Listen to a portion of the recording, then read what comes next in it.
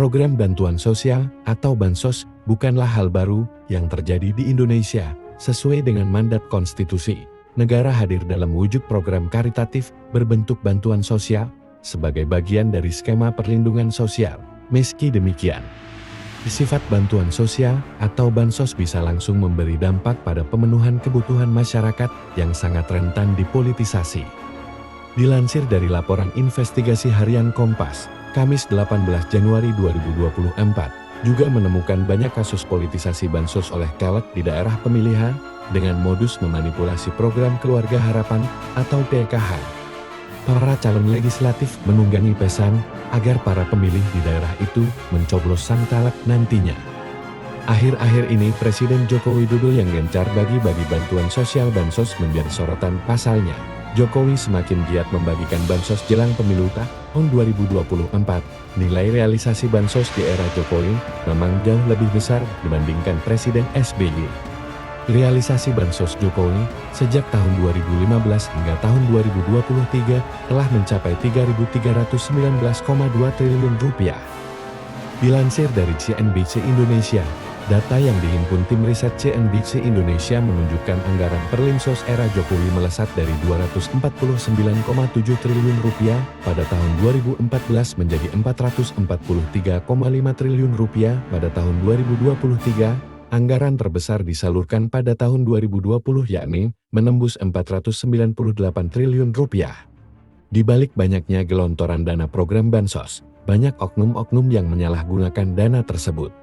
Pada tahun 2022, Menteri Sosial Mensos RI Tri Risma hari ini mengungkap perkara korupsi penyaluran bantuan pangan non-tunai BPNT di Sulawesi Selatan Sulsel yang merugikan negara senilai Rp25 miliar merupakan kasus terbesar nasional, Risma mengklaim.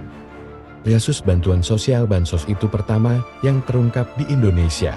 Menurut beberapa pengamat kebijakan Presiden Joko Widodo yang menggelontorkan berbagai jenis bantuan sosial dinilai sebagai wujud politik transaksional dan dianggap terkait dengan agendanya elektoralnya.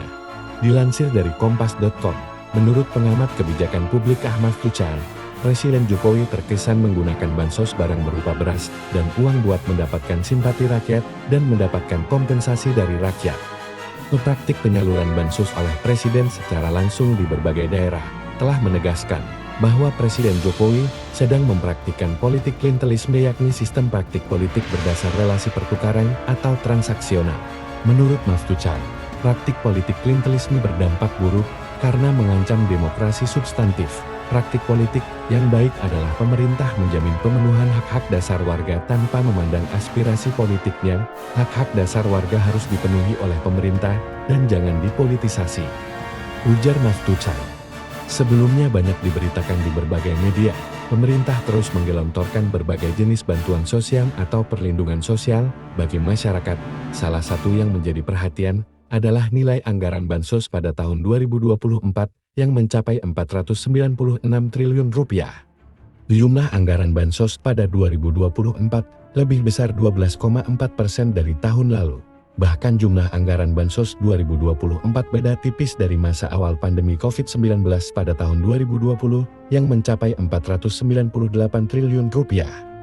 Nilai yang fantastis. Semoga penggelontoran dana bantuan sosial kali ini benar-benar tepat sasaran dan murni untuk membantu masyarakat, bukan sebagai lahan politisasi.